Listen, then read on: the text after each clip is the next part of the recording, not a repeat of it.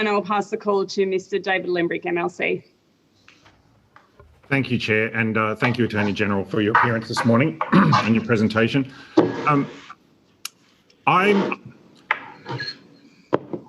One of the things that's core to my philosophy is the rights of the individual, and what we've seen is, a massive impost on the rights of the individual since these emergency powers have been used. We've seen disappear freedom of movement, freedom of assembly. We have police able to search and seizure without warrant. We have lost the right to work. This whole series of rights are not recognised by law anymore right now under these stage 4 restrictions. Can the Attorney General please describe what rights are left that are still recognised by law?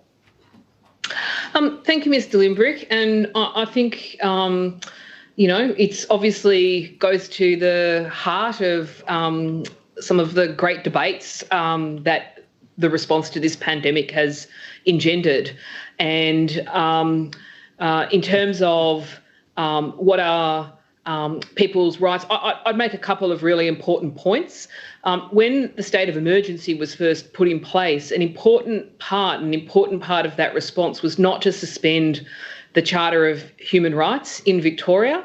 And you might ask, well, why is that significant? And I would say that that's significant because what remains, irrespective of what, a person who brings your perspective to the government's response to the pandemic, is the ability for people to be able to enforce and argue those rights. None of those rights have been suspended in terms of people's capability to go and enforce those in a court of law.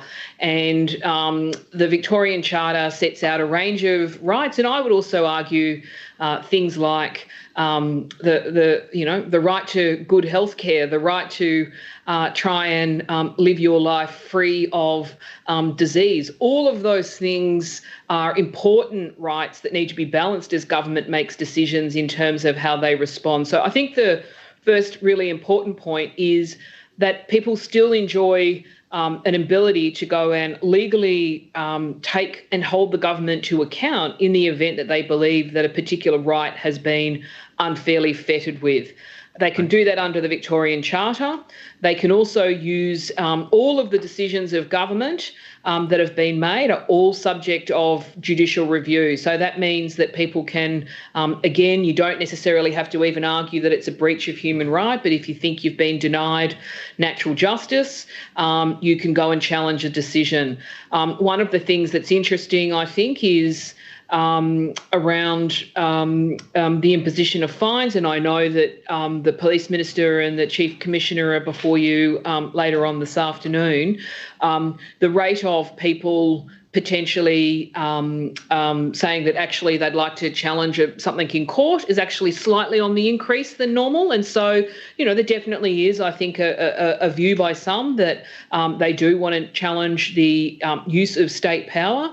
In terms has there been any challenges in court on any of these fines? On the fines, I'll just ask that I'm not aware of one. We had, there was an initial challenge by a prisoner who sought an order from the court to be released on the basis of the risk that corona might expose him to in the prison system. And initially, there was an interim order. So before the main case had been argued, there was an order about doing an audit, and that was using the charter. In terms of fines and people challenging those fines, I don't believe. There's definitely a higher rate of people seeking review, and then a higher rate of people indicating that they wish to go and argue the toss in court, as I would describe it, perhaps in a too familiar or informal manner. There are certainly, when the Chief Health Officer has to make directions, one of the things they have to do is they have to be conscious they've got to take the various rights listed in the Charter into consideration. So a person could challenge that. there's got to be what in legal terms we call a proximity or a proportionality between what you're seeking to do with a government action and what the problem is. So if it's not significantly or sufficiently linked to the health risk, the greater the legal risk of it being challenged is essentially where the law sits on these matters.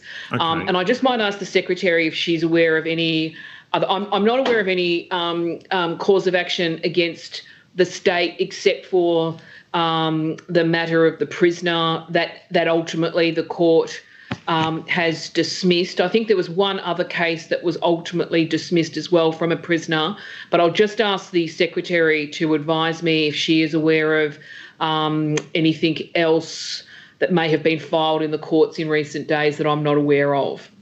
Thanks, Attorney, and thanks, Mr Limbrick.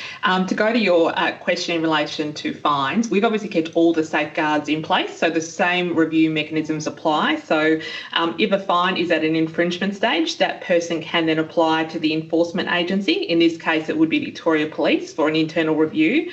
At 25 August, we had over 1,108 people applying for an internal review. And if a fine is registered for through Fines Victoria for enforcement, a person can apply to Fines Victoria for an enforcement review. At the 25th of August, people have applied for an enforcement review of 53 fines. That wasn't my question, though. Like, the question was, have they actually gone to court? Right now, I'm not aware of any having reached court, but because of the fact that it's important to go to the fact that most are resolved through the review stage, and that's why we have those important checks and balances in place. So people, particularly vulnerable cohorts of people, can go through that process and have their fine withdrawn. Yes, it's almost like the government doesn't want them to go to court. Another question for the Attorney General. Sure.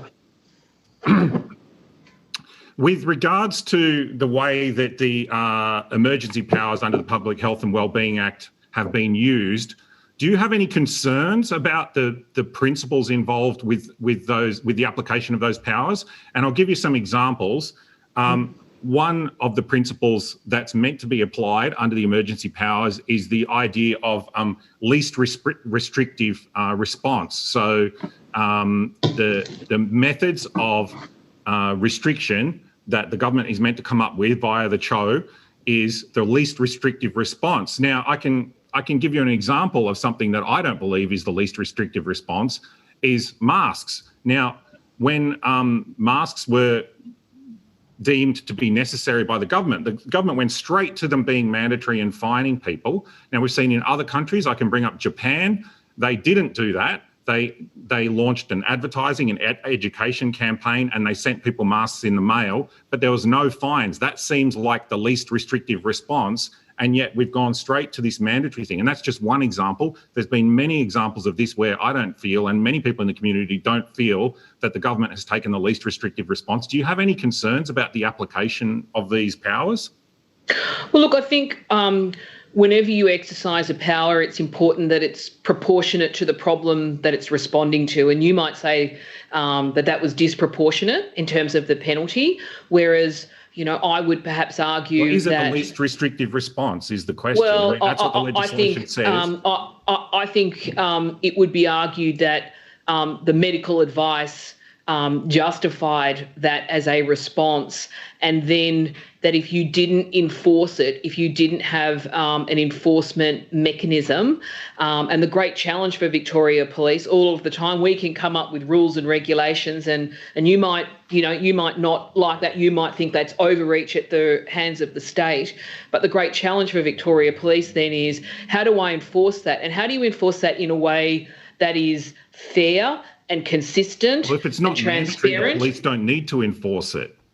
Pardon me? Well, if it's not mandatory, the police don't need to enforce it. In fact, when the Premier stood up at a press conference, I seem to recall him saying this was the day before they became mandatory. Oh, I'm glad to see he would estimate. I think he estimated 80% of people are wearing masks already. So the government already had a bunch of people, like the vast majority of people, had voluntarily chosen to wear masks, according to the statement by the Premier himself. And yet we still went down this mandatory route. We didn't even try any sort of voluntary compliance with the community. We didn't try to get people on board. The government just went straight for mandatory compliance. This is definitely not the least restrictive response. Well, I would argue that the use of masks, the health circumstances warranted it, and that the least restrictive response in terms of enforcement and compulsion, that simply the state of the pandemic absolutely warranted having the tools available to ensure that people were required to comply. Now, your argument is, well, people weren't given a chance to, comply or not comply. And I think the government's response to that would be, we couldn't take. That would be an indulgent opportunity to wait to see whether or not people were complying when we had such high levels of transmission occurring within the community and at workplaces. But only weeks before, the government was saying that masks weren't necessary. I mean, and they were advising people not to wear them. I mean, surely you can see the confusion in the community here. You go from this position of you advise people not to wear masks, and then all of a sudden you jump straight into mandatory compliance and give out fines to people. I mean, isn't there somewhere in between that the government can take? Look, I think, the government would say that following the medical advice and following the guidance that the Chief Health Officer gives, and you'll see even internationally, the World Health Organization and the expert advice, it has changed. This is uncharted waters, and so not when some of the medical evidence changes, I would argue that a lot of the whether or not mask wearing is mandatory or not on different circumstances, it's all kind of dependent upon what the context has been. If it's in a workplace where there is high risks, if there is where people are, have great challenges around social distancing, we know just from what we're seeing in the transmission rate here, people relax and they take their mask off, that's when the risk of infection rises. Mr. Limbrick, I'm sorry to interrupt you, but your time has just expired.